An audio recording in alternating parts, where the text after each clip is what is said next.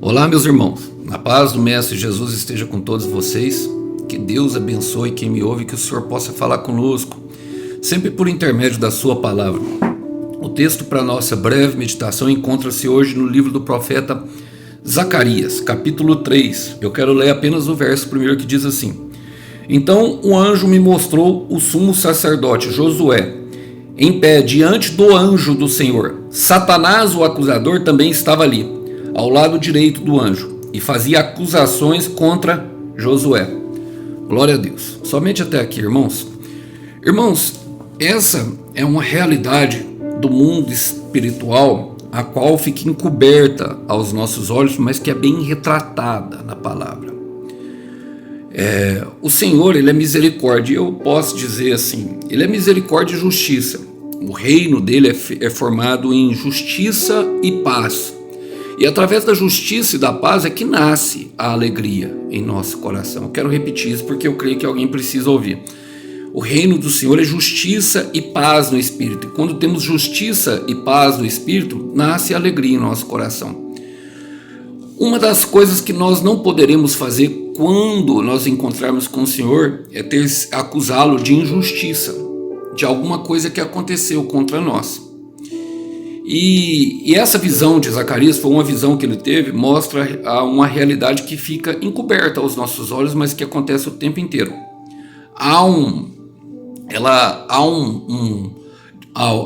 Algumas vezes Satanás ele se apresenta diante de Deus para nos acusar. Isso é uma verdade. Ele acontece em Jó capítulo 1, mostra isso claramente, falando que o Satanás, depois de dar uma volta no mundo, se apresentou de frente ao anjo do Senhor e ali naquela ocasião o próprio Senhor confrontou ele, porque ele confiava em Jó. Em Salmos 24, versículo 15, fala que o Senhor tem uma aliança com aqueles que o temem, e ele revela essa aliança. A intenção é que o Senhor confie em nós. E ele só colocou Jó porque ele saberia que Jó passaria por uma situação muito difícil, mas que suportaria não negando a sua fé. E ali naquela conversa, claramente, Deus não fala para Satanás: viste o meu servo Jó, um homem reto, íntegro e justo diante de mim. Aí Satanás fala: mas o Senhor também abençoa e cerca ele, deixa só eu tocar nele. E isso acontece várias vezes, meus irmãos. Isso acontece por quê? Porque o Senhor, Ele é justiça. Eu quero ler um versículo com vocês, na verdade mais de um versículo que traz justamente essa questão da justiça de Deus. Está ali, em Salmo capítulo 9, versículo 7, mostra que o Senhor Deus também é justiça. Ele fala assim: o Senhor, porém, reina para sempre. De seu trono executa o julgamento. Julgará o mundo com justiça e governará as nações com imparcialidade. E essa imparcialidade, meus irmãos, ela ocorre mediante aquilo que nós fazemos. Se fizemos alguma coisa errada, temos uma dívida diante ao céu. Mesmo que ninguém esteja vendo, essa dívida foi assinada a partir do momento que nós pecamos. Isso é o que acontece.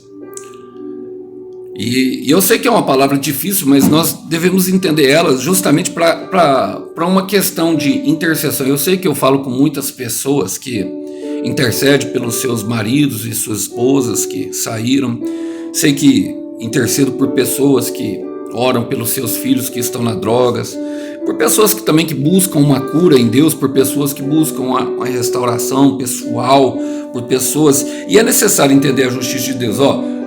O anjo do Senhor me mostrou o sumo sacerdote Josué. Josué significa Deus é a salvação.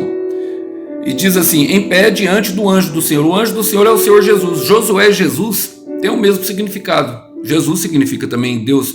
Toda vez que fala o anjo do Senhor, está falando do Senhor Jesus. Quando fala um anjo, pode ser Gabriel, pode ser Rafael, pode ser Miguel, pode ser qualquer um dos outros anjos, arcanjos. E também ali estava Satanás, o acusador. Esse é o tribunal, meus irmãos. De um lado, o Senhor Jesus, o nosso advogado, fiel, que defende qualquer causa, e do outro lado, Satanás, que trabalha com acusação.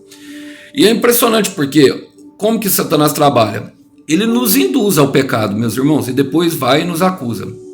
Parece muito com o sistema financeiro brasileiro, não é? que nos induz a pegar o crédito e depois nos toma tudo, fazendo nós pegarmos empréstimos sem parar, onde nós ficamos numa prisão contínua. Eu tô rindo, mas é de nervoso, irmãos, é porque eu já me vi nessa prisão aí, é uma coisa terrível. E quem pode nos salvar? Né? É a pergunta de Chapolin Colorado. Né? E agora, quem é que pode nos salvar? Somente Jesus, meus irmãos. Somente Jesus. E isso acontece para todas as pessoas, para os justos e injustos, para as pessoas que passaram para as pessoas que aceitaram Jesus e não aceitaram. O sacerdote Josué, o sumo sacerdote Josué, eu quero colocar aqui essa tipologia para que entrega. Qual que era o papel do sacerdote? Nós vemos isso em Zacarias. Eles levavam, era amarrado por uma corda, porque eles tinham um encontro com Deus, levavam os pedidos da congregação a Deus. Tudo aquilo, meu irmão, que você pede. Hoje nós fomos feitos reis e sacerdotes. Está em Apocalipse 1, versículo 6. Pela morte de Jesus Cristo. Nós podemos nos achegar diretamente ao trono de Deus e pedir sobre qualquer coisa. Pedir uma restauração de relacionamento. Pedir um arrependimento de um filho que está na droga. Ou um arrependimento de uma pessoa que nós amamos. Nós podemos interceder. O sumo sacerdote ele tem essa tipologia da questão de que levava as orações. Daquela época, como não tinha Jesus, então nós não tínhamos acesso ao Pai, mas agora nós já temos. Então nós podemos fazer sim. E essa é uma luta que agrada a Deus, sabe? Essa é uma luta que vale a pena lutar. Lutar por um cônjuge que foi embora, lutar por uma pessoa que você ama, que você quer ver perto de você, para que ela tenha uma experiência de arrependimento e depois uma experiência de salvação. Porque, lembrando que todo o processo de restauração, meus irmãos, ele começa com arrependimento. O nosso e o das pessoas. Eu não acredito que houve um rompimento em uma parte, em que uma parte só é culpada. Ali o pecado entrou. Então é necessário se fazer justiça. E o pecado, ele é injustiça, ele é fruto de injustiça. Aonde tem pecado tem maldade, tem ferida, tem coração partido. E é necessário fazer essa restauração por meio do arrependimento. E somente Deus tem o poder do convencimento. Então Josué tinha essa tipologia da pessoa que está ali intercedendo por Deus por alguma causa. Está levando ao tribunal de Deus algum pedido para que seja feita justiça. Seja por injustiça, seja por algo. E quando nós falamos isso, nós entregamos para Deus. Mas é necessário que nós passamos pelo crivo de pedir perdão para nós, entendeu? Tudo isso é necessário, irmãos. Pedir perdão por nós, liberar perdão para os que nos ofenderam e entregar inteiramente na mão de Deus. E mais do que isso, perdoar a nós mesmos. A questão do auto-perdão, porque em Cristo, Romanos 1, fala que não há culpa mais. E perceba que o anjo fazia acusações contra Josué. Olha só o que o anjo disse.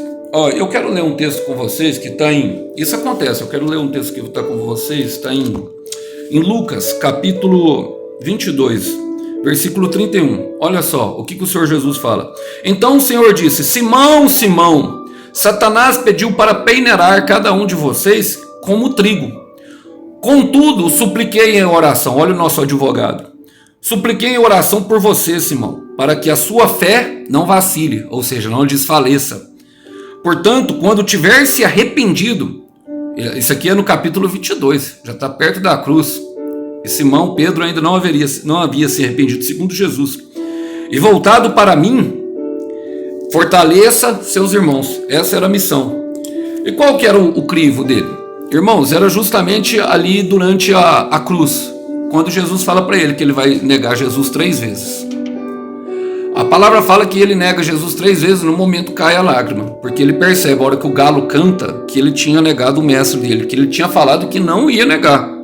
Ele: não, Senhor, se for preciso eu morro com o Senhor hoje na cruz. Valentão, né? Pedro, vida louca. Uou! E todos nós somos assim, como começamos com Jesus. Vou contigo até o fim, porque nós estamos de olho na bênção. Mas é necessário que nós vamos passar por uma peneira. Meus irmãos, eu quero falar um pouco sobre essa peneira. Amós 9,9 diz assim, pois darei uma ordem e sacudirei a nação de Israel entre todas as nações, tal como o trigo é abanado numa peneira e nenhum grão cai na terra. Irmão, o trigo, a peneira, ela tem justamente essa tipologia de significado de separação do joio e do trigo. E o que acontecia ali? O cara que peneirava, o agricultor, ele ficava fazendo assim, e ficava ali sobre a peneira somente o grão do trigo. É por isso que ele fala que não cai na terra. E não cair na terra tem uma especificidade, uma especificação para nós, aponta justamente para as coisas desse mundo, para nós não negarmos Jesus. Para nós não negarmos Jesus. Pedro passou por um longo processo, porque ele negou Jesus. Ele negou o Senhor durante o processo dele. Negou 3 vezes, só que ele se arrependeu. Porque quando ele encontra com Jesus novamente, ele fala: nós não sabemos, a palavra não conta, mas eu tenho plena convicção de que o Espírito ministrou demais ao coração dele. Quando ele encontra com o Senhor Jesus novamente, ele simplesmente, o Senhor Jesus fala: Pedro, tu me amas 3 vezes. E ali é onde o Senhor Jesus fala: vai e apacente as minhas ovelhas. Porque quem ouve um verdadeiro arrependimento, meus irmãos, o verdadeiro arrependimento fala justamente de uma gratidão, de entender o quanto nós somos pecadores. Em Isaías capítulo 30, versículo 28 diz assim, ó: seu sopro é como uma torrente impetuosa e sobe até o pescoço. Ele faz sacudir as nações na peneira da destruição. Ele coloca na boca do povo um freio que o desencaminha. Lembra do freio? Da questão de seguir pelo caminho errado? É justamente isso. O Senhor chega de tempos em tempos e o Satanás faz e pede para peneirar cada um. Mas aqueles que estão em Cristo, o Senhor fala assim, ó, no versículo 2: eu, o Senhor, rejeito as suas acusações. Aleluia. Aqueles que não negam a Cristo. Satanás, sim, o Senhor que escolheu Jerusalém, o repreende. Este homem é como brasa tirado do fogo. Aqueles que estão em Cristo, o Senhor defende, meus irmãos. O Senhor não aceita as acusações de Satanás. Josué continuava de pé, falando no versículo 3, de pé do anjo. E suas roupas estavam imundas. Quer dizer, as roupas imundas quer dizer que ele não tinha justiça nenhuma própria. Em Isaías 49 fala que as nossas obras são como trapos de imundícia. Não é pelo que nós fazemos, não é determinismo, não é legalismo, não é nada disso que nos justifica perante ao Senhor. É aceitar Jesus e aceitar os caminhos e os propósitos que Ele tem para a nossa vida, trabalhando em concomitância com Ele para que nós possamos entrar dentro desse propósito de maneira mais profunda. E ele dá uma ordem, ele fala assim, ó, troca as roupas. Quando ele troca as roupas, quer dizer que ele estava pronto para assumir o propósito dele, que naquele caso era sumo sacerdote, de levar as orações do povo naquele momento. Ele fala assim, ó, veja, removi seus pecados e agora lhe dou roupas de festa. Irmão, removi por quê? Porque o pecado foi movido para dentro do coração dele, foi plantado uma semente. Lembra daquilo que eu falei, da questão das janelas killers? As feridas, os traumas. Então tudo isso está ali dentro do nosso coração. O Senhor tem que tirá-la de dentro de nós. Eis o Cordeiro, João capítulo 3, versículo 19, eis o Cordeiro de Deus que tira o pecado do mundo. Somente Ele pode tirar pela obra, que nenhuma obra nossa pode tirar. Não adianta eu fazer uma coisa boa se meu pecado está lá dentro ainda, eu não estou salvo. É necessário. Mesmo que a minha motivação ainda seja boa. Lembra de Paulo? É a mesma situação. Mas mais do que isso também, ó, ele fala assim, ó, no versículo, eu disse, também precisam colocar um turbante limpo em sua cabeça. Por quê, meus irmãos?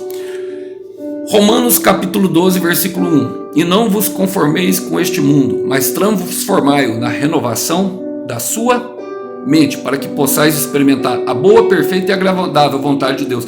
E o mesmo Paulo fala em Efésios 6,10 sobre o capacete da salvação. O turbante significa justamente isso. Quando Jacó, no livro de Gênesis, está de frente à escada onde subia e descia anjos, sabe o que ele faz? Ele deita a cabeça dele numa pedra. Deitar a cabeça na pedra fala justamente da mudança de pensamento que tem que ter. Sabe, aquilo que eu fazia, eu não posso fazer mais. Eu tenho que, mesmo que eu não esteja conseguindo, irmão, Deus é fiel. Deus, ele é fiel para nos ajudar no processo de purificação. Alisson, mas eu estou lutando aqui contra a pornografia e não consigo parar. Sabe, é mais forte do que eu, irmão. Coloca de joelho e fala para Deus rasgado aquilo que você não consegue. Ele olha a sinceridade do nosso coração e olha tudo. Por mais que esteja pecando, sabe? Porque quando Deus te chamou, meu irmão, Ele conhecia as suas limitações. Eu quero repetir porque alguém precisa ouvir isso aqui. Quando Deus te chamou, Ele conhecia as suas fraquezas. Ele sabia tudo que você fazia. Você acha que não? Você acha que Ele não vê tudo que você está fazendo? E mesmo assim Ele te escolheu. Quando Ele me chamou, Ele me conhecia. Deixa eu te falar. viciado em cocaína, maconha, bebida, roubava por causa disso, entrava dentro dos quartos dos meus pais, dentro da minha casa, roubava, pegava dinheiro, roubava. Cheguei a roubar até as moedas de uma igreja. Já. Pornografia, jogo, tudo isso tinha dentro de mim. Ele foi derrubando um gigante dentro de mim, um por um. Sabe por quê? Porque eu não desistia de pedir para ele. Mesmo que estivesse doendo o meu coração, eu não desisti. E aquele espírito que estava comigo passou a habitar em mim, depois que as roupas ficaram limpas, porque se tornaram roupas de festa. Deus é fiel, meu irmão. Deus, ele pode. Se ele te escolheu é porque ele sabe que ele pode fazer isso. Ele pode. É necessário entregar, e não há restauração nenhuma se não houver esse arrependimento. Quero ler com vocês, para finalizar, o que está em 1 de Pedro, capítulo 3, versículo 18. Fala assim, pois Cristo também sofreu por nossos pecados, de uma vez por todas. Embora nunca tenha pecado, morreu pelos pecadores a fim de conduzi-los a Deus. Sofreu morte física, mas foi ressuscitado pelo Espírito, por meio qual pregou aos espíritos em prisão. Aqueles que há muito tempo atrás desobedeceram a Deus quando ele esperou pacientemente enquanto Noé construía sua embarcação. Apenas 8 pessoas foram salvas por meio da água do dilúvio. E aquela água simboliza o batismo, que agora o salva. Não pela remoção da sujeira do corpo, não pela sujeira da remoção do corpo, mas porque no batismo vocês declararam ter boa consciência diante de Deus. Ou seja, uma atitude de se apegar ao fazer o que é certo. Ele é eficaz por meio da ressurreição de Cristo. E ele nos ajuda, ele nos conduz. É o Espírito Santo que nos conduz a ter uma atitude correta mediante as circunstâncias da vida. Mas é necessário passar por esse processo. Não é um processo simples, doloroso. Sei que essa palavra aqui não é uma palavra que traz, sabe, que as pessoas gostam de assistir até o final. Normalmente elas param no meio do caminho, a hora que estão ouvindo ela, mas é a que traz salvação para a nossa alma e a que nos leva à condição, meus irmãos, de justamente viver aquilo que Deus tem para nós. É essa palavra, a palavra de arrependimento. Está tendo uma batalha pela sua alma e ela é real. A Bíblia relata isso. Satanás pediu para te peneirar. Sabe qual que era a outra função da peneira? Além dela não deixar o trigo cair na terra e o joio caía na terra naquele momento, arrancava aquela casca protetora, e aquela casca fazia com que as sementes do trigo que tinham por dentro do trigo pudessem brotar e pudessem, multiplicar a 30, a 60 e a 100 por um.